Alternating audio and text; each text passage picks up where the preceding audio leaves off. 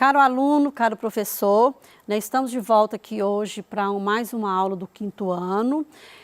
Nós vamos dar continuidade ao tema da aula, né, da nossa aula passada. Meu nome é Maria Dirce, eu sou professora de História, né, e meu apelido é Didi.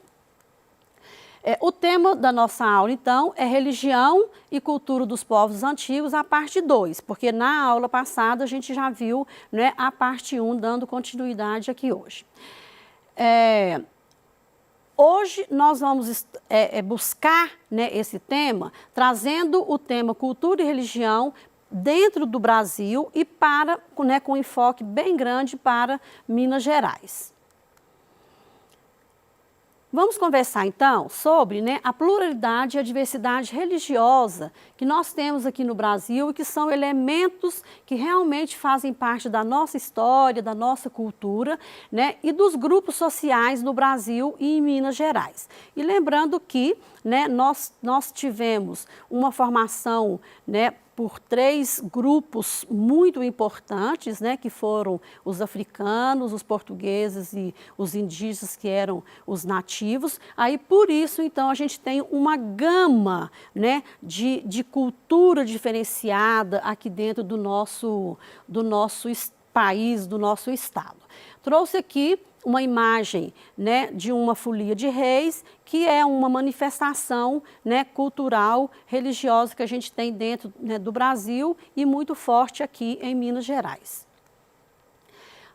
Espero que no final da aula você possa, né, conhecer, identificar e conseguir comparar, tá, alguns desses diferentes rituais, dos festejos e das manifestações culturais dentro do nosso território brasileiro e que engloba, claro, Minas Gerais.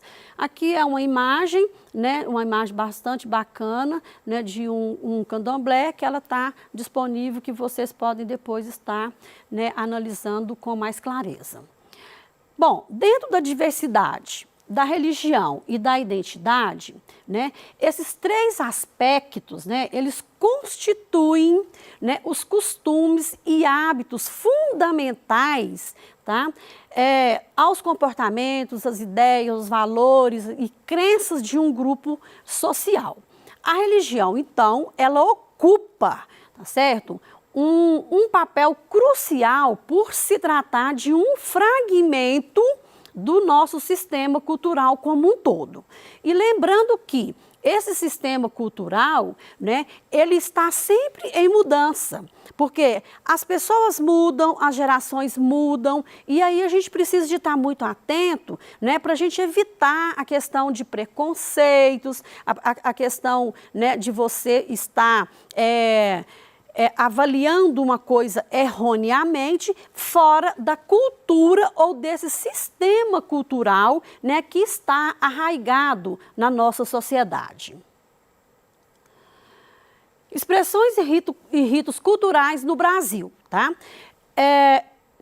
Nessa aula, como é uma aula rápida, eu fiz opção de estar trazendo 3 ritos aqui, tá, cultural do Brasil, né, de um afro, um indígena e né, um europeu, que no caso seria parte mais do catolicismo, tá? Mas tem inúmeros que depois vocês vão pesquisar com os professores de vocês, né, para ampliar o conhecimento sobre essa questão desses ritos e expressões culturais que a gente tem dentro do Brasil. Em diferentes lugares, então, há inúmeros festejos, comemorações e manifestações culturais. Esses momentos coletivos, eles explicam, então, a nossa rica e vasta, né, variedade cultural que nós temos aqui dentro do Brasil. Trouxe aqui uma cavalhada, uma imagem de uma cavalhada, né, lá de Pirenópolis, que é em Goiás, e aqui eles têm uma origem portuguesa, tá? Eles se vestem, né, totalmente diferente, usam máscaras durante a execução do hino do divino. Aí eu faço a pergunta, né, o que é então que significa sincretismo, né, cultural e religioso? Quando eu ajunto as duas coisas, o que isso significa para nós? Significa o quê? Né? Que nesse sincretismo, então, a gente misturou ou mistura diferentes manifestações, diferentes culturas, cultos, doutrinas religiosas, com reinterpretação, né, de suas crenças e elementos. Porque quando a gente vai olhar a fundo, né, uma determinada festa, que ela é de descendência afro, ela tem lá essa questão da interpretação conforme os costumes africanos. Se eu vou lá no indígena, da mesma forma, né, eu tenho aquela reinterpretação da forma que o índio, né, os grupos indígenas entendem. E da mesma forma também dentro da nossa própria igreja, né, do próprio catolicismo, tá? Aqui tem um exemplo, eu trouxe aqui, eu vou falar um pouquinho melhor na frente, mas um exemplo de sincretismo muito bacana dentro do Brasil é a lavagem lá das escadarias do Bonfim, né, lá na Bahia, que aqui une o candomblé com o catolicismo, tá? Isso é feito, então, lá em Salvador, na Bahia. As diferentes manifestações culturais e religiosas do Brasil, continuando, eu trouxe aqui uma, né, que é muito forte, né, que é a Páscoa, ou seja, o domingo da ressurreição, tá? A gente viveu isso, né, há poucos dias atrás. É uma festividade religiosa que celebra a ressurreição de Jesus, ocorrida no 3º dia após sua crucificação no Calvário, conforme relata o Novo Testamento. Né? E é uma festa forte, né? Que é feriado, né? E tudo mais aqui no Brasil. Tá? Aqui, então, eu trouxe uma imagem de um quadro, né? Da imagem da ressurreição de Jesus. Aqui, só para ilustrar, porque esse quadro realmente ele é uma obra de arte muito bonita e que o professor de arte, né, pode estar trabalhando junto com você, né, o professor aí de História, da língua portuguesa aí nos anos iniciais, que vocês são menos professores, mas dá para fazer um trabalho bacana até com o professor de arte, né, dos anos finais, né, de mostrar, de trabalhar a beleza desse quadro, que é uma pintura, né, do Rafael Sanzio, tá? Que ele mostra, então, aqui a ressurreição de Cristo na comemoração aqui da Páscoa, né? Que é o fundamento da fé, que é a crença que Jesus morreu e ressuscitou lá no 3º dia. Essa obra está hoje no Museu de Arte de São Paulo, aqui no Brasil, tá? E ela foi feita lá no ano de mais ou menos 499, 500 a 1502. A lavagem do Bonfim, né, das escadarias do Bonfim.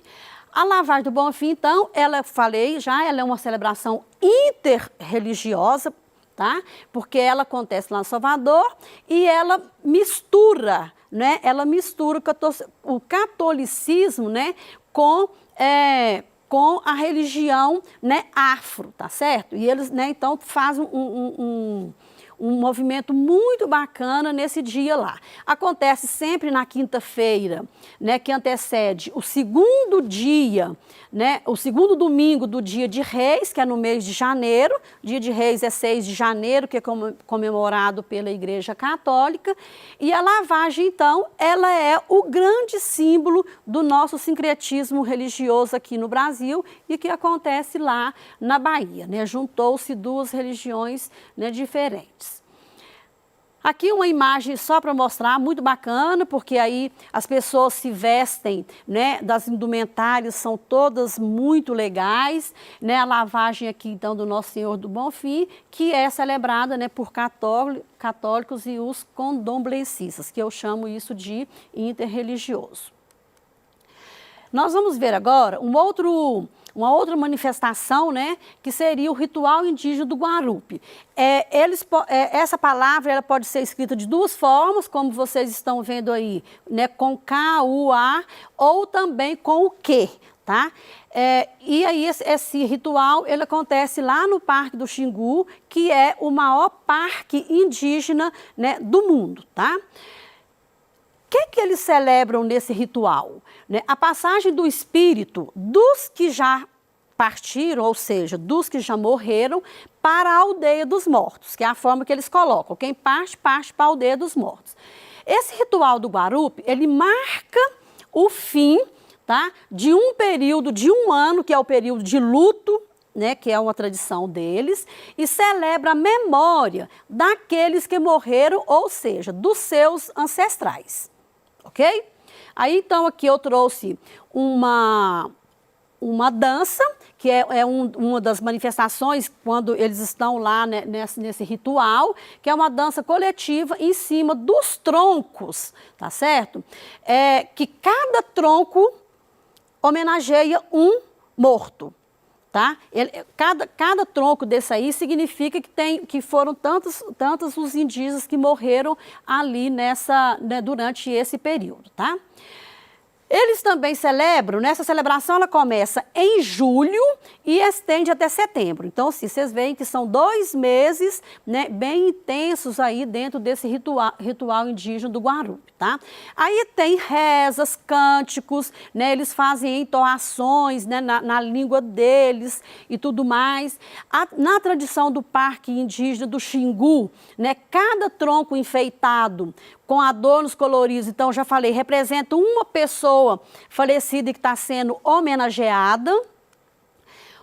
E dentro desse ritual do Guarupi, eles fazem também, né, uma dança que a gente chama, que é uma celebração, a Uca-Uca. Essa dança é uma arte marcial, tá?